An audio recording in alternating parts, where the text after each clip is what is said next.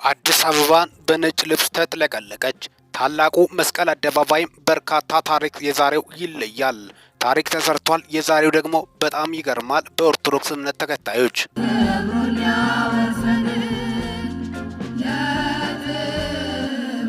ሰላም ጤና ይስጥልን ውድ የቻናሌ ተከታታዮች ሚኪ ነኝ ከሚኪያስ ኢንፎ። ለዚህ ቁም ነገር አዘል ቻናል አዲስ ከሆናችሁ ሳብስክራይብ በማድረግ ቤተሰብ ይሁኑ። በዚህ ቻናል በዋናነት የምተላለፉት ወቅታዊና ታማኒ እንዲሁም ሚዛናዊ መረጃዎች ስለሆኑ ሰብስክራይብ ስታደርጉ ደወል ምልክቷን ወይም ኖቲፊኬሽን ቤሏን ክፍት ያደርጉ። ያን ሲያደርጉ ወዲያውኑ የሚለቀቁት መረጃዎች ለእናንተ ይደርሳሉ። ይህንን ቪዲዮ ስጨርሱ ላይክ፣ ሼርና ኮሜንት በማድረግ ላልሰሙት እንዲዳረስ ያደርጉ። እስከ መጨረሻው እንድታደምጡኝ በትህትና ጠይቃለሁ። በተለይ የዓለም አቀፍ ትኩረት ከምስቡት አንዱ የእምነት ተከታዮች መካከል ኦርቶዶክስ ነች። ኢትዮጵያ ላይ በጣም በሚገርም ሁኔታ አያሌ ቁጥር ያላቸው ቱሪስቶች ወደ ኢትዮጵያ እንደመጡ የተለያዩ ገቢ እንዲያስገኙ ከሚያደርጉት እምነቶች መካከልም አንዱ ሃይማኖት መካከል በርካታ ምዕመናን ያሉባት ሀገር እንደሆነች ይገመታል። ኢትዮጵያ ኦርቶዶክስ ተዋሕዶ ቤተክርስቲያን እጅግ ታሪክ እየሰራች ነው። የዘንድሮም ደግሞ አነጋጋሪ ሆኗል።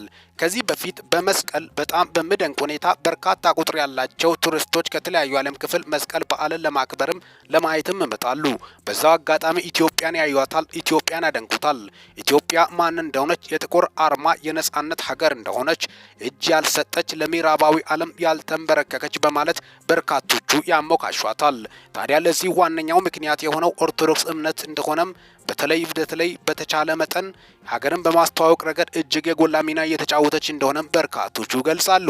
አልፎም ደግሞ የጥምቀት በዓል በርካታ ቁጥር ያላቸው ቱሪስቶች ወደ ኢትዮጵያ እንደመጡም የሚያደርገው አንዱ ከበዓላት መካከል አንዱ ጥምቀትም ነው። አያሌ ቁጥር ያላቸው በየሀገሪቱ በጣም በሚያስደንቅ ሁኔታ ታቦታት ሲወጡ እጅግ አስገራሚ ዓለምን ያነጋገረና ያስደመመ ክስተትም ይፈጠራል። ታዲያስ ኦርቶዶክስ ተዋሕዶ ቤተክርስቲያን ዘንድሮ ደግሞ አዲስ የቱሪስት መስህብ፣ አዲስ ሪከርድ፣ አዲስ ታሪክ፣ አዲስ መንገድ ደግሞ በጣም በሚደንቅ ሁኔታ አዲስ ነገር መጥቷል። አላፋት ዝማሬ በቦሌና በደብሮች በቤተ ክርስቲያን ላይ የተጀመረው እጅግ በጣም በሚደንቅ ሁኔታ ከዛም አልፎ ቤተ ክርስቲያኑ ስለማይበቃ ወደ መስቀል አደባባይ መጥቷል። እጅግ በጣም በሚደንቅ ሁኔታ በሚሊዮን የሚቆጠር ማለት ይቻላል አያሌ ቁጥር ያላቸው የኦርቶዶክስ እምነት ተከታዮች ወደ መስቀል አደባባይ በዘንድሮ በዓላት በዋዜማ በተለይ በገና ዋዜማ ላይ ተከስቷል። እጅግ አስደናቂና እጅግ አስገራሚ ክስተትም ሆኗል። በጣም በሚደንቅ ሁኔታ አያሌ ቁጥር ያላቸው ለተወለደው ለልዑሉ ጌታችን ኢየሱስ ክርስቶስ ሲዘምሩና ሲሰግዱም ተስተውሏል። ታዲያ ይህ የዓለምን ትኩረት ስቧል። ታሪክ ተሰርቷል። 2018 ገና ዋዜማና ገና በዓል ለየት የሚያደርገው በዚህ አስቸጋሪ ጊዜ በዚህ አስቸጋሪ ወቅት ጦርነትና የተለያዩ ነገሮች ዓለም በተወጠረችበት ሰዓት ላይ ሰው ምስጋናውን አላቆምም፣ ማመስገን አለበት። በርካቶቹ በጣም በሚደንቅ ሁኔታ አምላካቸውን ለማመስገን በተለይ ጌታችን ኢየሱስ ክርስቶስ አዳኙ ዓለምን ለማዳን የተወለደው የጌታችን ትውልድ ቀን ብቻ ሳይሆን እኛ የተወለድንበትም ቀን ነው። ምክንያቱም ጌታችን ኢየሱስ ክርስቶስ አዳኝ ሲወለድ ነው ዓለም የዳነው። ጌታችን ኢየሱስ ክርስቶስን የተቀበለው በመንፈስ ይወለዳል። እውነት ነው።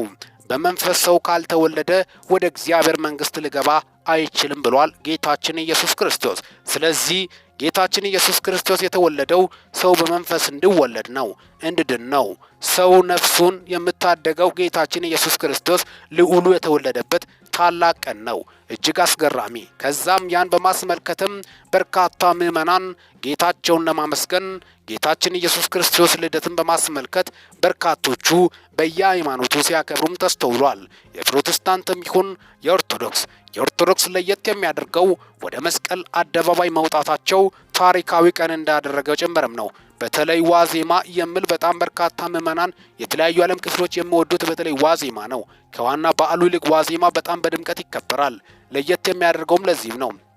የዘንድሮ ገና በዓል በጣም በሚገርም ሁኔታ በጣም በሚደንቅ ብቻ በጣም በሚያስደንቅ ለመግለጽ በሚከብድ ሁኔታ ቃላት በሚያጥር ሁኔታ በርካታ ነጭ ልብስ የለበሱት በጧፍ ስቴዲየም መስቀል አደባባይን እንዳጥለቀለቁት ጌታችን ኢየሱስ ክርስቶስም እንደከበረና ከፍ ያለበት ከልብ ደግሞ የዘመሩበት ወደ ጌታችን ኢየሱስ ክርስቶስ ምስጋና ያቀረቡበት ታላቁ ልዑል ወደ እስራኤል ሀገር በትንሿ ሀገር በዓለም በጣም በሚደንቅ ሁኔታ ግን በርካቶች ታላላቅ የእግዚአብሔር ሰዎች የሚነሱባት ምድር ላይ ጌታችን ኢየሱስ ክርስቶስ እንደ ተስፋ ቃሉ ተወለደ።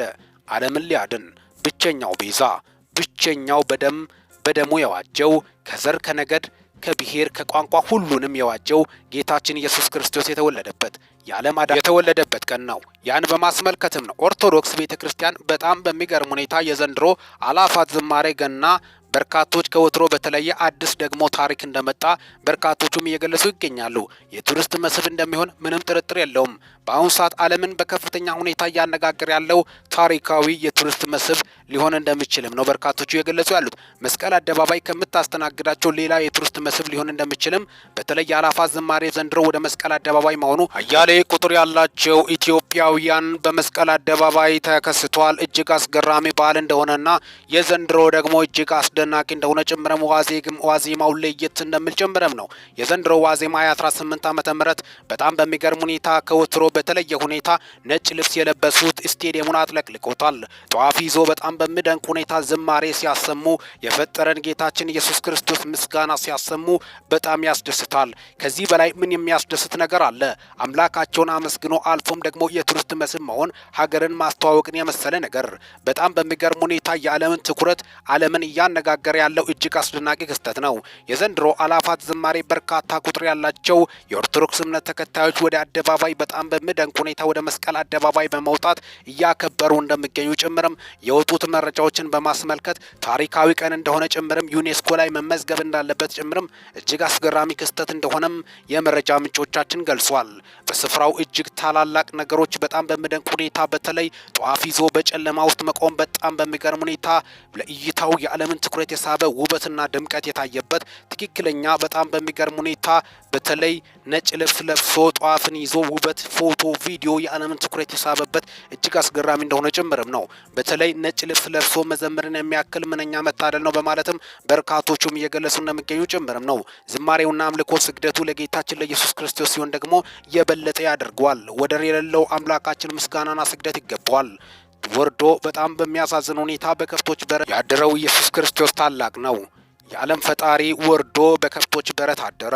ታላቁ ጌታችን ኢየሱስ ክርስቶስ የሁሉ ፈጣሪ ቃል ነበር፣ ቃልም ስጋ ሆነ። እጅግ አስደናቂ የጌታችን ኢየሱስ ክርስቶስ አምላካችን ዓለምን የማዳን ጥበቡ እጅግ አስገራሚ ነው። ቃላት የማይገልጸው ፍቅርን የገለጠበት ትውልድን ለማዳን ዘር፣ ብሔር፣ ሃይማኖት፣ ቀለም ሳይል ሁሉን ያዳነበት እጅግ አስገራሚ የምስራች ቀን ነው። ለዓለም የምስራች የዓለም ታላቅ ቀን እንደሆነ ጭምርም በተለይ ዓለም ውስጥ ያሉት ከጨለማ ነፃ የሚወጡበት በተለይ ዘር፣ ብሔር፣ ሃይማኖት፣ ቀለም ሳይል ለሁሉም የሞተው ጌታችን ኢየሱስ ክርስቶስ የተወለደበት ታላቅ ቀን ስለሆነ አጠቃላይ ያን በማስመልከት ኦርቶዶክስ ምዕመናን በአደባባይ በጣም በሚደንቅ ሁኔታ ዋዜማን እያከበሩ እንደሚገኙ ጭምርም አላፋት ዝማሬ የበርካቶችን ትኩረት የሳበ ክስተትን በማስመልከት ነው ለእናንተ ይዤላችሁ መጣሁት። እስካሁን ድረስ አብሬያችሁ ቆየሁት። ሚኪ ነኝ ከሚኪ ታቦር ኢንፎ። ለዚህ ቁም ነገር አዘል ቻናል አዲስ ከሆናችሁ ሰብስክራይብ በማድረግ ቤተሰብ ይሁኑ። ይህንን ቪዲዮ አጠቃላይ ላይክ፣ ሼርና ኮሜንት በማድረግም ላልሰሙት እንዲዳረስ ያደርጉ። ለሰዓታት አጠቃላይ ያሉኝ መረጃዎች ይመስላሉ።